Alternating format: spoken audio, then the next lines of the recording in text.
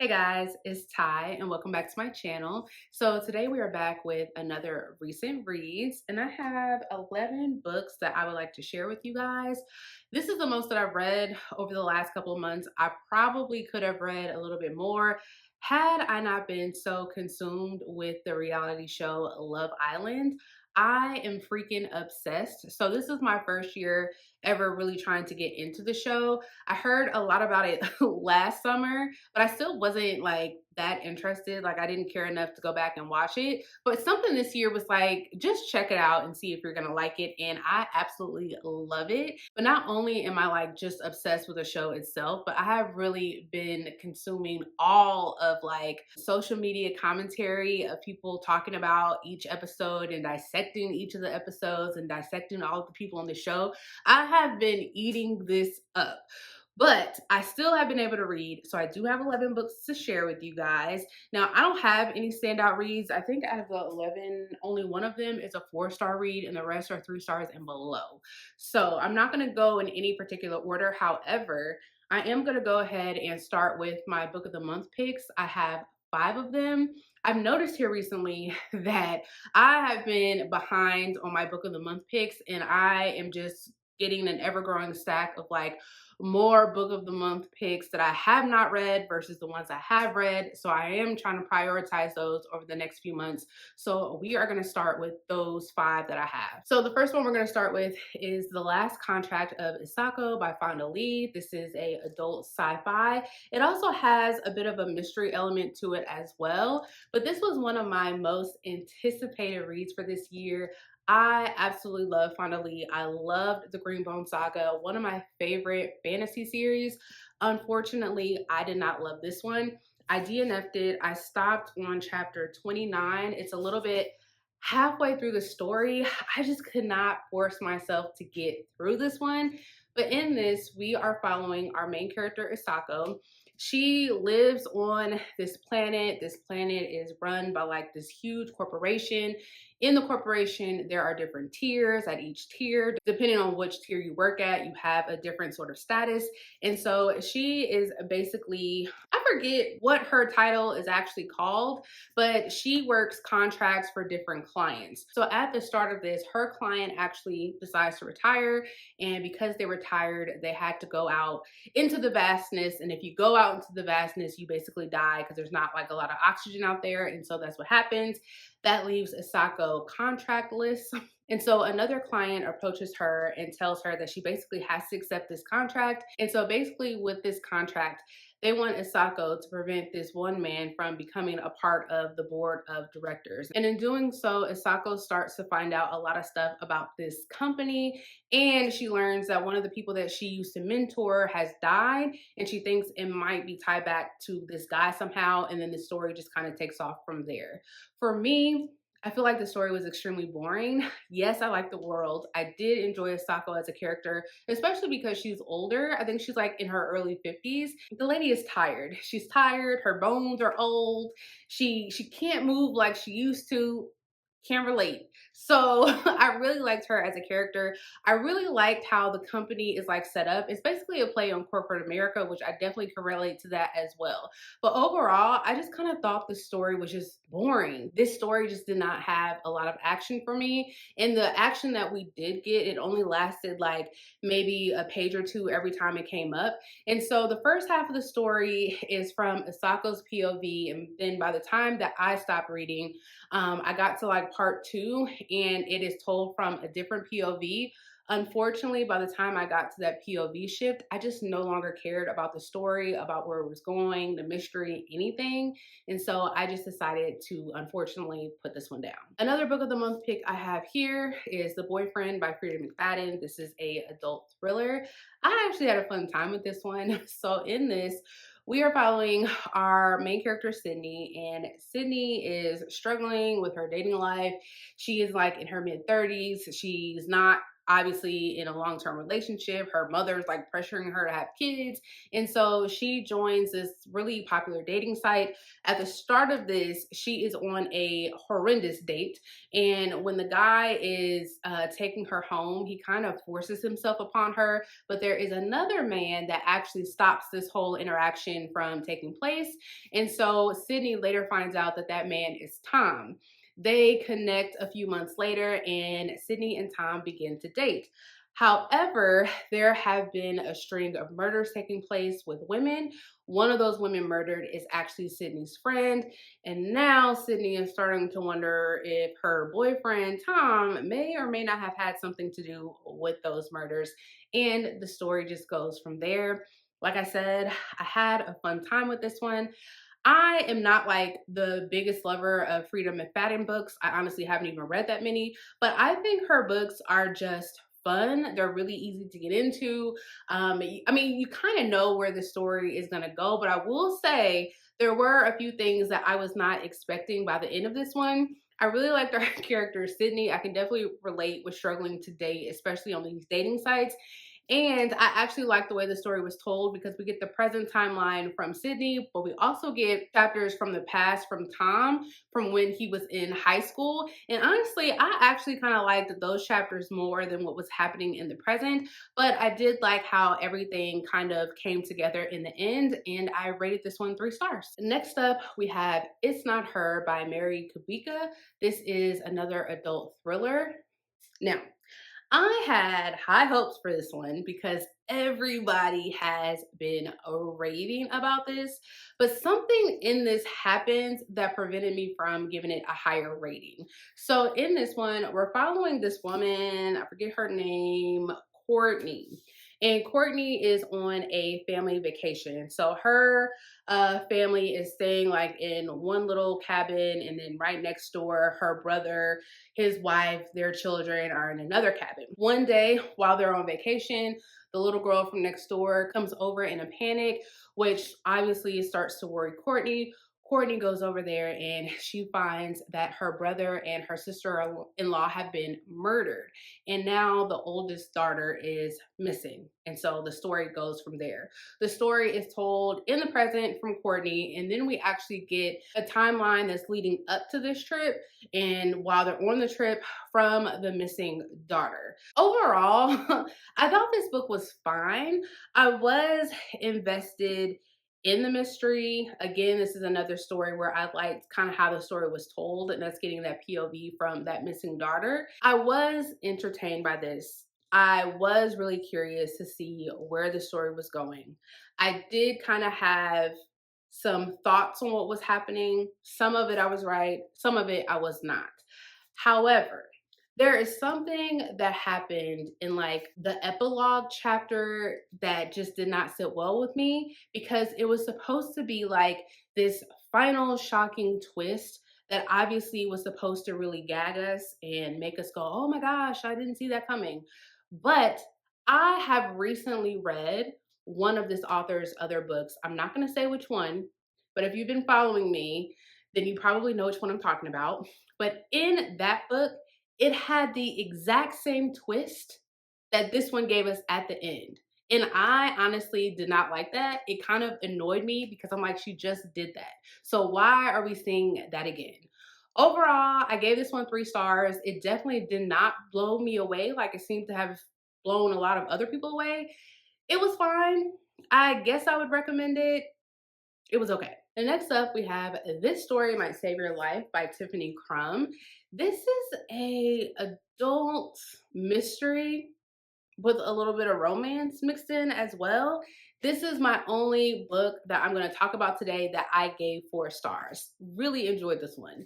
So in this one, we are following 2 really popular podcasters. Their podcast is called This Story Might Save Your Life. And so it's Benny and Joy. I think that's her name, Joy. Yes, Benny and Joy. And so at the start of this, Joy and her husband, Xander, actually go missing. And Benny is the one to kind of realize that they're missing. And he contacts the police and all of that, and an investigation starts. we start getting these chapters from Joy, where she and Benny have been trying to put together this memoir, and we are getting her chapters of the memoir. And basically, it starts when Joy and Benny meet, and we're getting these memoir chapters leading up to kind of like the present day almost. And it's basically talking about their friendship, their relationships, the start of this podcast, and all of that. While we're getting those chapters, we also are following Benny in the present on each day of this investigation. And as the story progresses, it turns to Benny kind of being the prime suspect for the disappearance of Joy and Xander. And then the story just kind of takes off from there. My favorite thing about this story was the memoir chapters that we got from Joy. I loved seeing the progression of Joy and Benny's relationship, friendship, however you want to categorize that. I loved seeing that, and I was eating this up.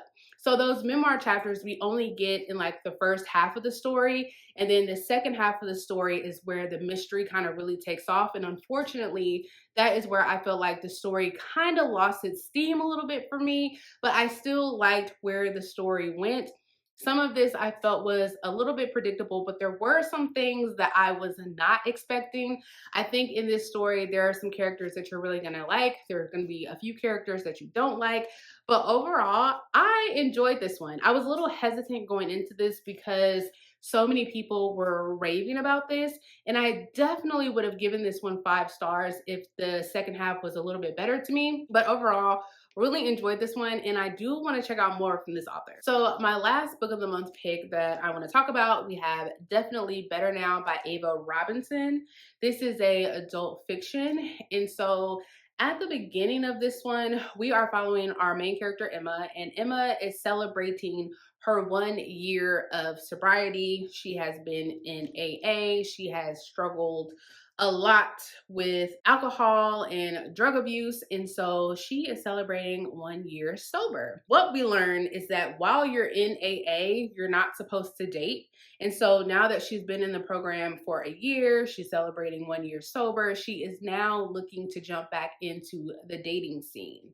So at her job, she ends up being attracted to this guy, Ben, who is like the director of the IT department. And so basically the story is kind of following her as she is trying to stay on the straight and narrow with her sobriety journey, as well as trying to navigate a potentially new relationship. I unfortunately gave this one 2 stars. So in this, I didn't really necessarily, I don't want to say I didn't care about our main character, Emma, but I kind of didn't care about her.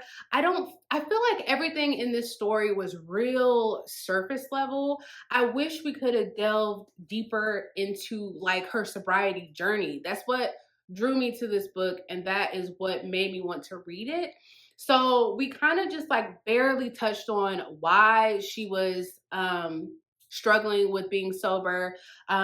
We know that there was quite a few issues that she had with both of her parents, and well, not both of her parents, but her father specifically. And I kind of feel like we skimmed the surface of that as well. And then as far as like her dating life, I wish that we could have watched her explore different options and kind of watch her kind of process trying to date again while being sober. But instead, we kind of latched right onto this guy, Ben, and then seeing her jump like headfirst into dating this person. I just feel like the best way to say it is everything was just very surface level.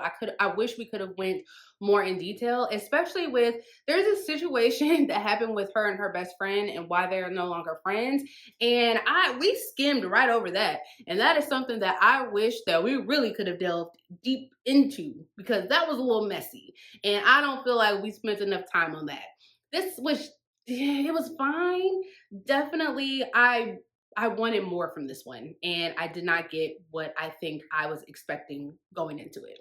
So then the next 2 books I'm going to talk about are the last 2 books that I have physical copies of. So first we have Summer's Never Over by Darby Bozeman. I received an art copy from Berkeley. This is already published. It came out on June 9th. This was also a book of the month pick for June. So in this one, we're following this girl Greer, and at the start of it, her mother has passed away, and her family owns this really popular summer camp that was in Georgia.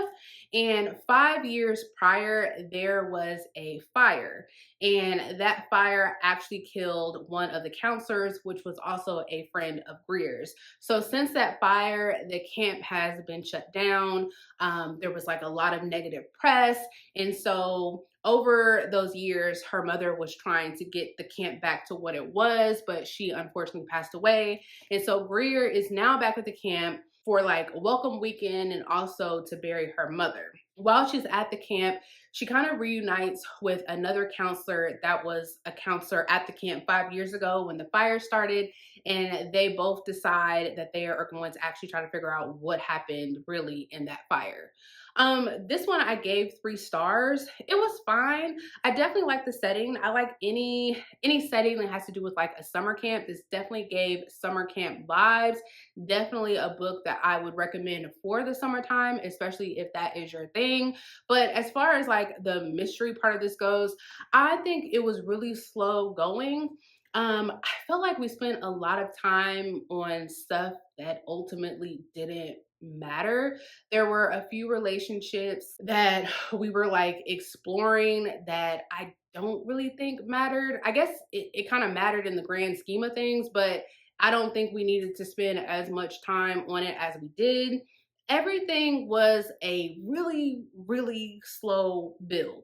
If you are the type that likes mysteries that kind of have like a slow burn, I think you would really like this one. For me, I kind of like a little bit of a faster pace. I like to kind of get to the point a little bit faster. I was overall satisfied with where the story went and like the explanation of this fire and all of that, but it just took a little bit of time to get there, and that's why I decided to rate this one 3 stars. The last one that I had a physical copy of that I want to talk about, we have Strange Houses by Yuketsu. This is a translated Japanese mystery. So basically we're following this person who is really intrigued with like the floor plan of this particular house. And in that floor plan, he finds out that there seems to be weird like extra spaces in the floor plan. Some of the rooms don't really make sense with like the placement of a door or lack of windows and so forth. And so they reach out to someone to kind of help them kind of go through this floor plan. While they're doing that, they find out that there was someone that was found murdered that might have something to do with like this floor plan, and then the story just kind of takes off from there. In the beginning of this, I really, I was eating it up. I was really intrigued. I liked kind of following the story and kind of going through like the floor plans and kind of following along with the characters as they are pointing out different things about the floor plans. I thought that was really interesting. The second half of the story is where it kind of lost me a little bit because like the explanations of things kind of started to get a little convoluted, and I'm not gonna lie, I got confused. There was like a lot of characters that were like being thrown at us, and I just got lost a little bit. But despite that, I still had a fun time with this one. Now there are other books, and I don't know if it's like necessarily a series, but there are other books written by this author that are just like this. So there is Strange Pictures and Strange Buildings. Even though I am only giving this one 3 stars, I am excited and interested to check out those other books. And this is something that I would recommend, even though it got a little confusing for me. It might not be confusing for other people, but I think this was a fun time and a different way to read a story. I would recommend. So the last few books that I want to talk about are books that I just don't have physical copies of. So the first one is another thriller. We have Don't Ask Why by Steph Nelson. This I listened to from Libro FM as a part of their influencer program. And so in this one, we follow these women who decide to take one of their friends on this trip because she just lost her husband. And so they're all just kind of trying to help her through her grieving process, and they take a trip to like this secluded island. When they get there, it already starts off on the wrong foot. Like the person that is supposed to be like their chef for the week is not there. They learn that there's only like one boat that'll take them on and off the island, which they thought was weird. They also found out that there was a potential murder that took place on this island. So some things are given some red flags when they first get there. I think after like the first night, one of them goes missing.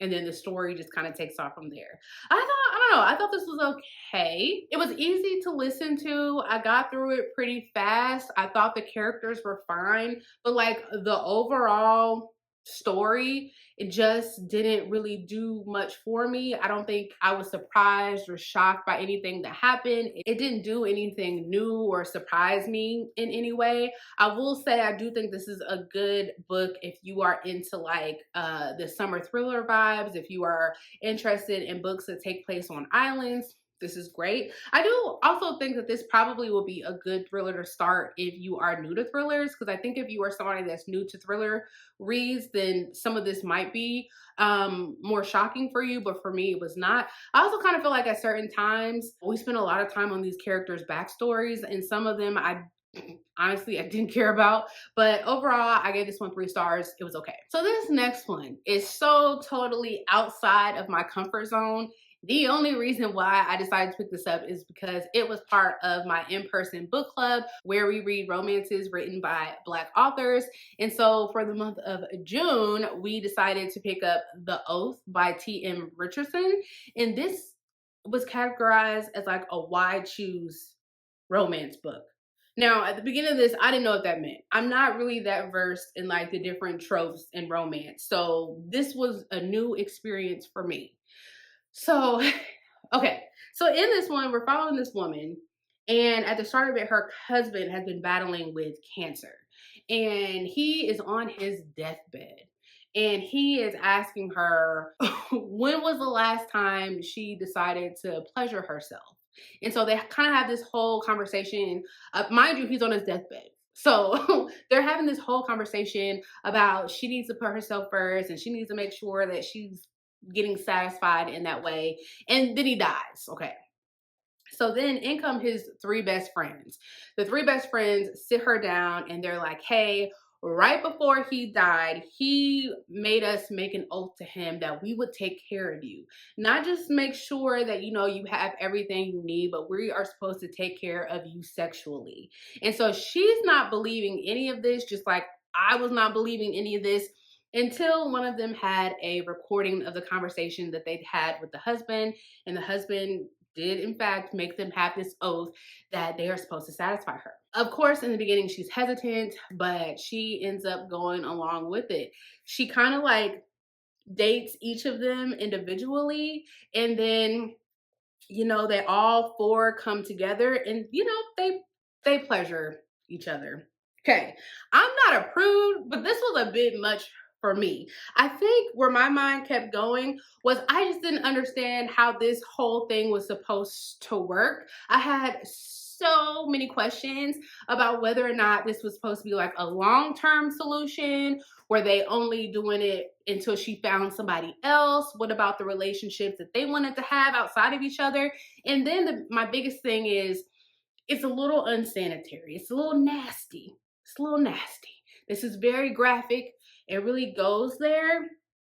I was okay when everybody was separate and everybody was, you know, getting it on separately. But when we came together, it made me cringe a little bit. Now, I was the only one who didn't seem to like this, but everybody else that was a part of the book club, they all read a lot more romance than me.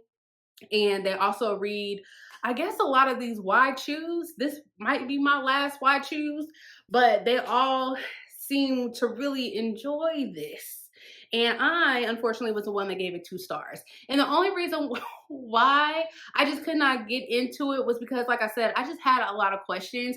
It was hard for me to just be in the moment and enjoy it for what it was because I just kept having a lot of questions. So I gave this one 2 stars. If you are interested in this, by all means, check it out. Just know that it is the first book in a series. And I think the next book like follows one of their friends. I think I'm a one and done. I read this one.